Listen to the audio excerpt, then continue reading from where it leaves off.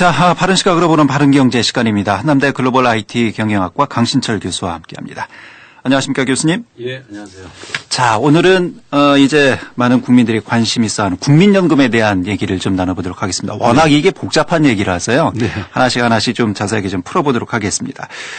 뭐 급기야는 이제 국민연금을 폐지해야 한다 이런 목소리까지 나오고 있는 상황에서 자, 국민연금에 대한 논란의 핵심은 무엇인지 이 부분부터 좀 짚어볼까요? 네, 국민연금은 이제 안정적으로 수입과 지출의 균형을 유지하기 위해서 물가나 뭐 이자율 등을 고려해서 5년마다 이제 재정 추계를 하도록 돼 있는데 예. 올해가 이제 그 해거든요. 그래서 국민연금의 재정을 이제 추계하는 시기가 돼서 이제 지난 8월 17일에 재정 추계 결과를 발표하면서 논란이 시작된 겁니다. 예. 논란의 핵심은 그 문재인 대통령의 공약을 이행하기 위해서 보험료율은 그대로 두고 소득 대체율을 높이는 방안을 마련하라고 한 데서 시작됐습니다. 예. 국회 예산처 추계에 의하면 이제 소득 대체율을 현행 45%에서 50%로 끌어올릴 경우에 기금이 이전보다 3년 일찍, 즉 2054년에 고갈돼서 후대가 이제 보험료 폭탄을 맞게 되기 때문에 이제 현행 보험료를 9%보다 인상해야 한다고 하는데 예. 또 보험료를 인상하면 이제 노동계와 산업계가 반대하기 때문에 지금 이제 묘안을 찾기가 쉽지 않은 상황입니다. 그 보험료율이라는 것이 이제 자기 급여의 몇 %를 보험료로 내야 되는 거잖아요. 네. 보험료율이 올라가면 그만큼 더 많이 내고요. 그렇죠. 예. 소득 대체율은 그러면 어떻게 저희가 이해를 해야 될까요? 그 소득 대체율은 이제 국민연금 가입자 생애 전 기간 이제 평균 소득과 대비해서 이제 국민연금 수령액을 비중을 말합니다. 그러니까 예. 연금 급여율이라고도 하는데요. 이를테면 이제 소득 대체율이 50%가 되면 국민연금 가입 기간 40년을 기준으로 했을 때 월 평균 소득이 100만 원이면 이제 은퇴 후에 월 50만 원을 현금으로 받는다는 뜻입니다. 근데 이건 말 그대로 가입 기간은 이제 40년으로 가정했을 때 받을 수 있는 명목 소득 대체율이고 예. 실제로는 지금까지 가입한 사람들의 평균 그 기간이 25년 정도밖에 안 되기 때문에 실질적인 그 소득 대체율은 25%밖에 안 됩니다. 쉽게 이해하려면 소득 대체율이 낮아진다는 것은 그만큼 받는 돈이 적어진다 이런 얘기죠. 그렇죠. 예. 뭐 급속한 고령화로 인해서 기금 소진 논란이 계속 지금 일고 있지 않습니까? 예. 소득 대체율은 그러면 단계적으로 계속해서 낮아질 수밖에 없다 이런 부분들이 이제 전문가들의 의견인 것 같은데요. 예. 지금까지 그 45%고요, 현재가. 예. 그걸 2028년까지 단계적으로 0.5%씩 매년 낮춰서 이제 40%까지 끌어내리도록 지금 현행은 돼 있습니다. 예. 근데 이거를 문재인 대통령이 50%까지 끌어올리라고 이제 공약을 한 건데요. 그 배경에는 이제 그러니까 현행 연금 제도가 실질적인 노후 대책 수단이 못 된다는 데 있습니다. 그러니까 2018년 현재 근로소득자들의 평균 월소득이 227만 원으로 통계청에서 나옵니다. 결과가. 예. 그래서 현행 국민연금 체제 아래서는 매달 227만 원 버는 평균 소득자가 국민연금에 25년간 가입하면 노후에 연금으로 받는 금액이 57만 원밖에 안 되어서 57만 원 갖고는 최저생계비도 안 되는 그렇죠. 것이죠. 예. 뭐 연금으로서의 실효성이 없다 이렇게 볼 수밖에 없는 상황이고요. 예, 그렇습니다. 예. 그런데 보험료율은 그대로 두고서 소득 대체율을 50%로 올린다. 그러니까 돈은 적게 내던 대로 내면서 받는 돈은 더 높이 받는다. 예. 상식적으로 언뜻 이해가 안 되는데요. 이게 가능합니까? 계산상으로는 어딘가에서 예. 마이너스가 나겠죠. 그렇죠. 가능하긴 합니다. 그래도.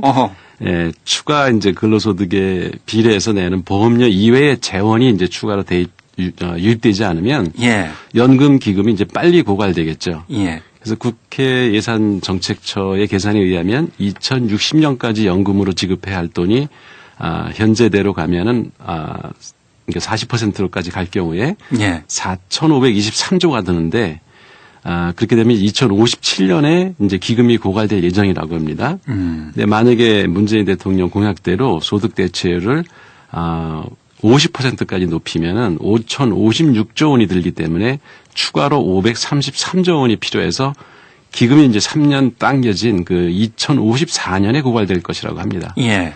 이렇게 되면 이제 막 사회생활을 시작한 29살짜리 직장인이 평생 연금을 붓다가 막상 본인이 연금을 받아야 할 시기가 되면 국민연금 기금이 고갈이 돼서 젊은 세대들한테는 아주 암울한 소식이 될 수 있는 거죠. 그렇다면은 이 저 고갈 시기를 연금 고갈 시기를 좀 늦추려면 보험료율을 올릴 수밖에 없는 상황이지 않나요?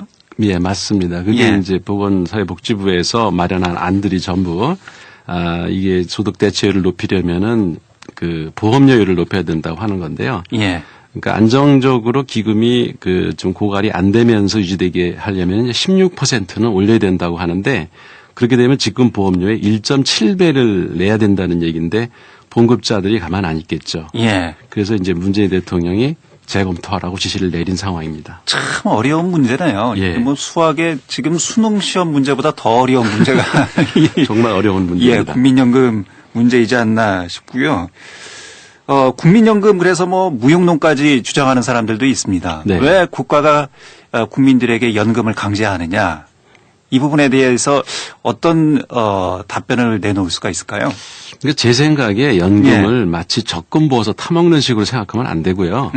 이게 저소득 노령층의 이제 그 노후 소득을 보존해 주기에는 하나의 사회보장 제도로 봐야 된다고 생각합니다. 예. 그러니까 물려받은 재산이 많든지 아니면 소득이 높은 사람은 노후 준비에도 별 문제가 없을 겁니다. 그렇지만 월급만 가지고 겨우 사는 사람들은 노후를 준비할 여력도 없죠. 그래서 이들은 노후에도 빈곤 상태가 계속되고 결국은 국가 재정에 부담을 주게 됩니다. 그래서 지금 우리나라 노인 빈곤율이 이제 45%가 넘어서 OECD 국가 평균 12.5%에 거의 4배나 되거든요.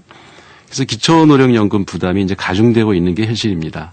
그러니까 의무 가입을 만약에 안 시킨다 그러면 보험료를 내기 어려운 사람들은 연금에 가입하지 않게 되고 예. 그렇게 되면 이제 교육받고 소득이 높은 사람들만 연금 제도의 혜택을 누리게 되는 이상한 현상이 벌어지고요.